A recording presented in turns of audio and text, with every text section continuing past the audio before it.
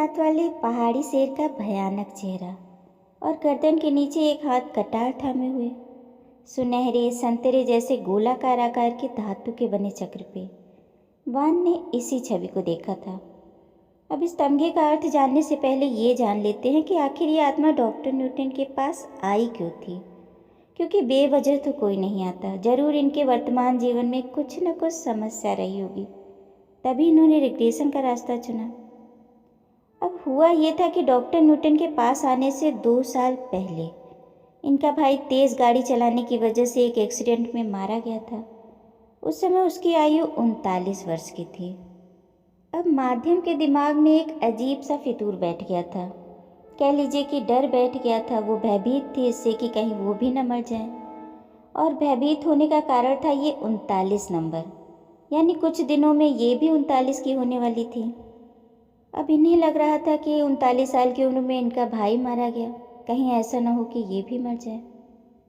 यानी एक अजीब से डर ने इन्हें घेर रखा था।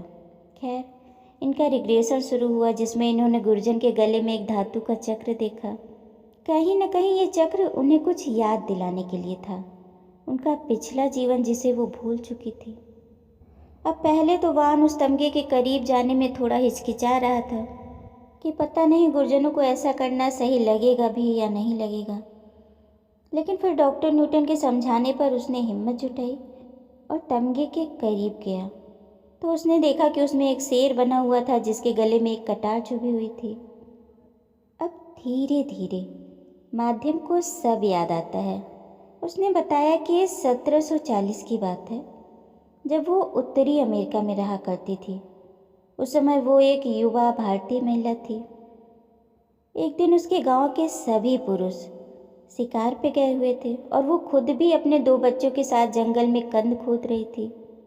बच्चों को उसने एक सेफ जगह पे बैठा दिया था, लेकिन तभी अचानक पेड़ के पीछे से एक शेर पता नहीं कहाँ से वहाँ पहुँच गया। वो बच्चों की तरफ मुड़ा। वान की नज़र जैसे ही उस शेर पर पड़ी, वो बिना समय गंवाए अपनी टोकरी को छोड़कर सीधे उस शेर की तरफ भागी। उसके हाथ में एक कटार थी। उसे बस वो कटार निकालने तक का ही अवसर मिल पाया था।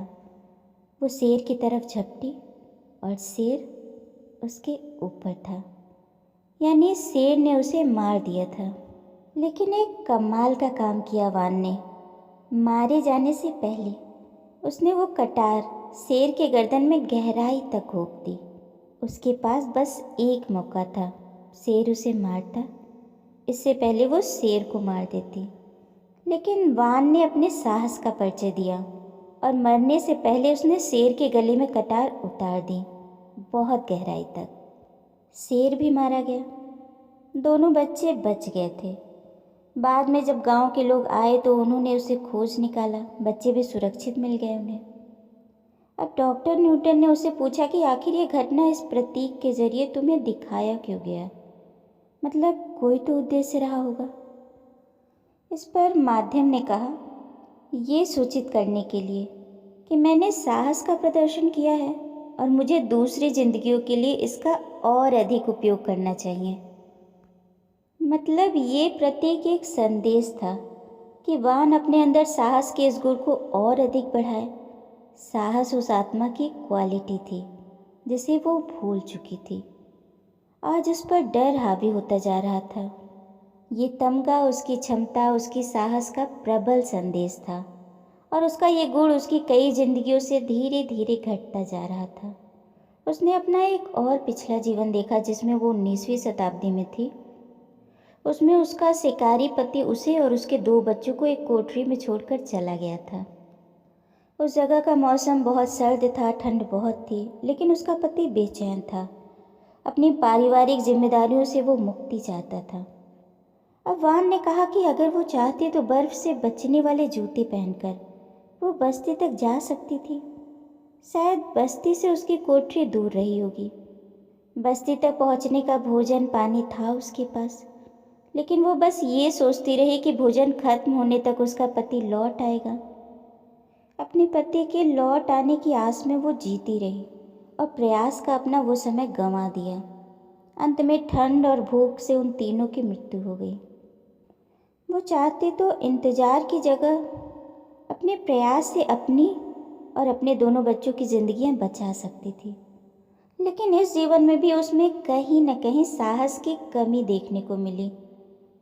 धीरे धीरे उसकी जिंदगियों में संकल्प का अभाव होता जा रहा था और गुरजन चाहते थे कि वो अपने साहस और क्षमता के गुण को पुनः प्राप्त करें।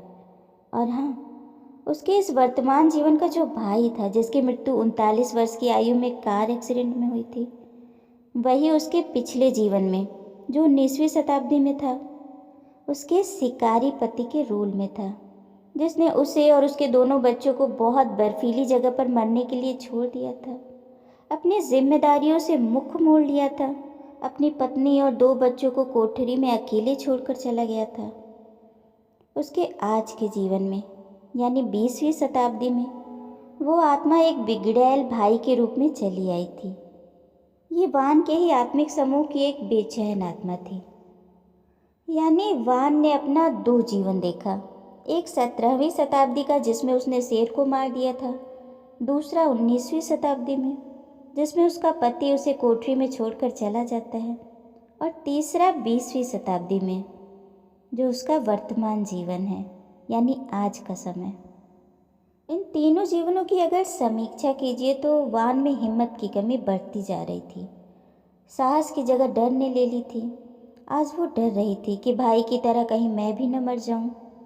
खैर, उसने इन चीज़ों को समझा, खुद में सुधार किया, डरना बंद किया, और ये सारा घटनाक्रम गुरुजनों ने उसे उस धातु चक्र के जरिए समझाया।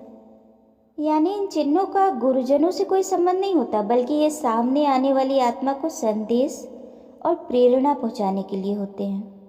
अच्छा, इसमें तो वान ने केवल एक गुरुजन को ये तमगा पहने हुए देखा था, लेकिन अगला केस एक ऐसी आत्मा का है जो सभा में 3 गुरुजनों के गले में ये तमगे देखता है। यानी 3 अलग अलग तमगे हैं तो 3 अलग अलग उद्देश्य भी होंगे। और कमाल की बात यह है कि तीनों गुरुजनों के नाम भी इस आत्मा को पता है। अब इस केस का जिक्र मैं अगली कड़ी में करूँगी।